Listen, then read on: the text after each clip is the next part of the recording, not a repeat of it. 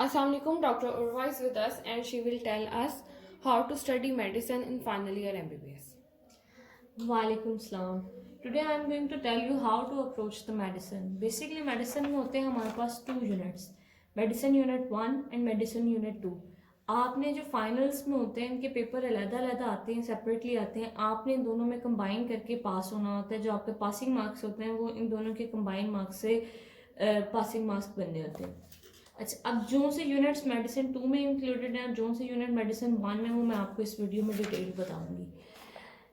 इसमें जो हम जब स्टार्ट करते हैं इंडेक्स, तो हमारे पास 3 पार्ट्स तक की डिवीजन होती है मेडिसिन की बुक में. पार्ट 1 और पार्ट 2 आपने नहीं करना होता. स्टार्ट आपने कहाँ से करना होता है? आपने क्लिनिकल मेडिसिन से स्टार्ट करना होता है. क्लिनिकल मेडिसिन में अब जितने सब यूनिट्स हैं वो आगे M1 और M2 में आगे डिवाइडेड होते हैं. सबसे पहले अगर हम M1 मेडिसिन यूनिट्स 2 स्टार्ट करें तो उसमें फर्दर 4 यूनिट्स होते हैं. Infectious diseases, endocrinology, neurology and psychiatry and dermatology. Infectious diseases इसमें सबसे बड़ा यूनिट होता है, जिसमें से हमारे पास 2 क्वेश्चंस आने होते हैं, SAQs आने होते हैं एंड 7 हमारे पास इसमें MCQs आते हैं. इसमें आपने स्टार्ट इस तरह करना है कि इसमें ही अब आगे सेक्सुअली ट्रांसमिटेड डिजीज और HIV जो है, इसमें ज़्यादा इंपॉर्टेंट आपके पास HIV है.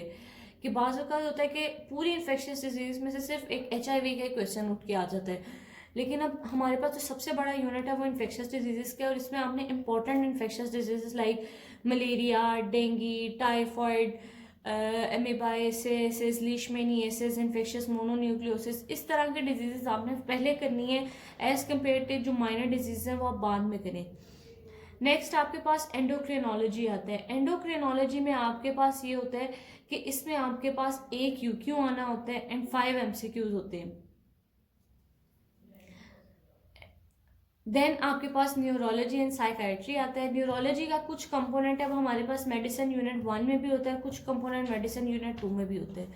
अब 2 का ये सीन होता है कि आपके पास साइकाइट्री से ये बहुत मेजर और कॉमन डिजीजेज है, जिस तरह आप OCD कर लें, इस तरह OCD वगैरह टाइप की ही चीज़ें आती हैं, अदरवाइज नहीं आती. साइकाइट्री आपने डेविडसन से नहीं करनी होती. साइकाइट्री के लिए जो आपने बुक पढ़नी होती है वो बेसिकली कापलान होती है. आप यहाँ से ना करें वरना बहुत लेंथी और बहुत डिटेल्ड हो जाता है. या एक और वो बुक मेंशन करते हैं, वो भी बहुत डिटेल्ड है, लेकिन मोस्ट कॉमनली आप इसको अगर कापलान से कर लें तो वो मोर देन इनफ है. न्यूरोलॉजी का कंपोनेंट आपने डेविडसन से या इनामदानी से ही करना होता है. उसमें आप देख लें कि मेडिसिन यूनिट 2 के जो इंपॉर्टेंट टॉपिक्स हैं वो आपने करने हैं. जिस तरह मेनिंजाइटिस हो गया, एंसेफेलाइटिस हो गया, MS हो जाता है, पार्किंसनिज्म हो जाता है, मोटर न्यूरॉन डिजीज है, ये सारे इंपॉर्टेंट टॉपिक है. Myasthenia gravis. अब इसमें से कुछ कंपोनेंट जो CNS में आता है वो आपने बेशक मेडिसिन यूनिट 2 में ना पढ़ के जाए, लेकिन to be on the safe side ये होता है कि आपको जब एक न्यूरोलॉजी का कंपोनेंट दोनों में इन है तो आपने दोनों के पेपर में उसको पूरा ही करके जाए. वो कुछ पता नहीं होता है कि कौन सा टॉपिक, बेशक वो M2 में इंक्लूडेड है लेकिन वो क्वेश्चन M1 में भी दे देते हैं. देन आपके पास आ जाती है डर्माटोलॉजी. डर्माटोलॉजी से आपके पास सिर्फ 1 SAQ आना होता है और 6 MCQs होते हैं. इसमें आपने बहुत ज़्यादा कॉमन डिजीजेज जिस तरह लाइकन प्लेनस, एरिथमा नोडोजम, इस तरह की चीज़ें आपने करनी होती हैं डिटेल्ड, और उनकी बहुत ज़्यादा लेंथ में नहीं आपने जाना होता. एक ही इनका स्पेसिफिक टेबल होता है, वो आप याद कर लें, ऑलमोस्ट हर किसी में लग जाता है. जो जब आप डर्माटोलॉजी खोलेंगे ना तो उसमें फ्लो शीट्स बनी हुई होती हैं. अब आप वो एक फ्लो चार्ट याद कर लें और बस उसमें थोड़ी थोड़ी एडिशन ही होती रहती है, और हर डिजीज के ट्रीटमेंट मैनेजमेंट में एटलीस्ट वो लग जाता है.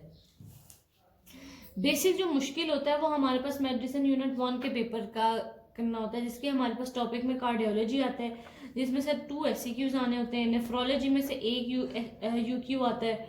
रेस्पिरेटरी में से भी 1 UQ आता है. CNS से भी 1 आता है. GIT सिस्टम में से 2 आते हैं.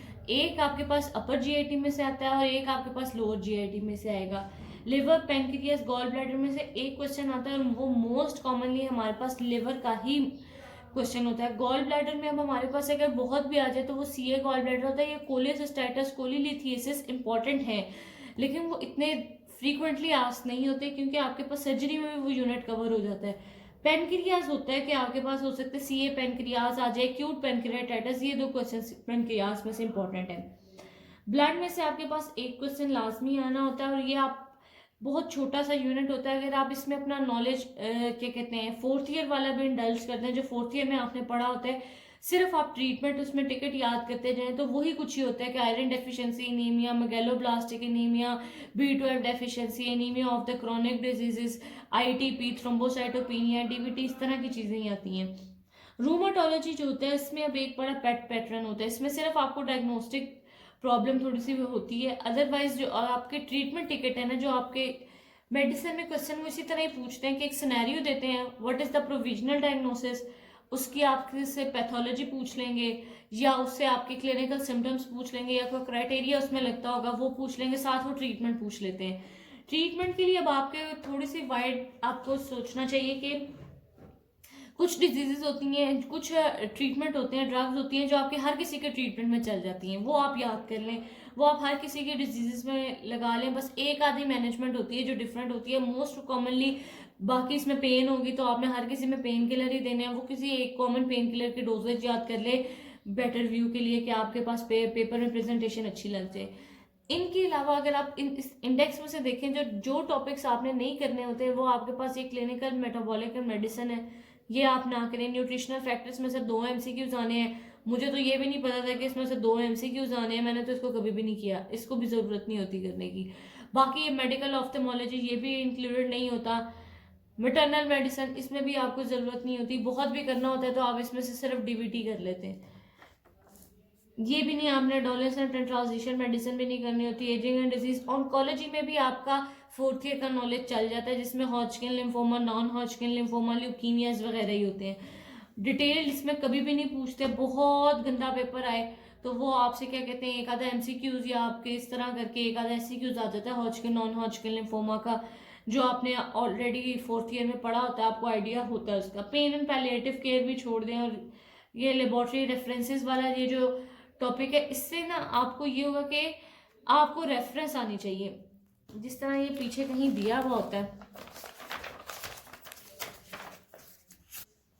जब भी आपने एनीमियाज करने हो या आपने कोई इन्फेक्शियस डिजीजेस वगैरह पढ़नी हो जिसमें वो बता रहा होता है कि जिस तरह मलेरिया है उसमें थ्रोम्बोसाइटोपेनिया हो गया है, इन्फेक्शियस डिजीजेस हैं तो आपके पास TLC काउंट रेस्ड हो गया, ल्यूकोसाइट लेवल ज़्यादा हो गया, तो वो आपको कैसे पता चलता है कि वो कितना ज़्यादा हुआ है, 2-fold इंक्रीज है, 3-fold इंक्रीज है। अब जिस तरह लिवर के कुछ डिजीजेस हैं जिसमें वो हमारे पास ALT और AST का जिक्र करता है, अब वो कहता है कि एक्यूट वायरल हेपेटाइटिस में ये 4-fold इंक्रीज हो जाता है। अब और हमारे पास जो क्रॉनिक डिजीज होती है उनमें 2-fold इंक्रीज आता है। तो अब हमारे पास वो जो रेफरेंस होता है वो हमने नॉर्मल वैल्यू से ही लगाना होता है। उसके लिए ये चैप्टर इसलिए इंपॉर्टेंट है कि बस जब भी आप कभी इन्फेक्शियस डिजीज करें या आपने न्यूरोलॉजी नेफ्रोलॉजी पढ़ना स्टार्ट किए, उसमें वो कह रहा है सोडियम हाइपोनेट्रीमिया हो गया, हाइपोकैल्सीमिया हो गया, हाइपर यूरेसीमिया हो गया। अब आपने हाइपर के किस तरह एस्टिमेट किया कि आपको नॉर्मल रेंज तो पता होनी चाहिए, तो वो नॉर्मल रेंज आप यहाँ से देखें। अब 4-5 डिजीजेस का एक दफा करके देखेंगे तो आपको उस चीज की नॉर्मल वैल्यू आ जाती है, क्योंकि प्रॉफ में ना आपको नॉर्मल रेंज नहीं वो बताते, आपको उन्होंने डायग्नोस्टिक क्राइटेरिया सिर्फ दिया होता है कि उसका यूरिया लेवल 7.8 है। अब आपके माइंड में कहीं ना कहीं होता है कि यार 6.6 तो नॉर्मल रेंज है, 2.5 से 6 पे इसको हाइपर यूरेसीमिया है, फिर आप अपना डायग्नोसिस लैब्स के थ्रू उस तरफ लेके जाते हैं। इस तरह आप ये सारी चीजें साथ साथ एक डिजीज को आप अगर जिस तरह 5 डिजीज है, 5 डिजीज में किसी में हाइपर यूरेसीमिया, किसी में हाइपोनेट्रीमिया, आप एक दफा इसके साथ कोरिलेट कर लेंगे तो आपको वो चीज याद रहती है। जिस तरह जब आप ब्लड करने लगते हैं, एनीमियास करने लगते हैं, तो आपके पास ये वाली रेंज हो जाती है RBCs की, MCV हो गया, MCHC हो गया, तो आप एक दफा यहाँ से देखेंगे तो वो आपको याद रहता है कि किस में, और इन्फेक्शियस डिजीज में कि हमारे पास TLC काउंट किस में ज्यादा हो रहा है, किस में न्यूट्रोपीनिया हो रहा है, किस में न्यूट्रोफिलिया हो रहा है। इसलिए ये चैप्टर एज एन इस सेंस में इंपॉर्टेंट है कि आपकी नॉर्मल रेंज की रेफरेंस बन जाती है, फिर आपको हाइपर या हाइपोची का कंसेप्ट आ जाता है। अदरवाइज इसको याद नहीं करना होता, सिर्फ आपने इसको मल्टीपल टाइम देखें ताकि आपको नॉर्मल लिमिट्स का पता लग जाए, आपके डायग्नोसिस में हेल्प करे। Thank you very much.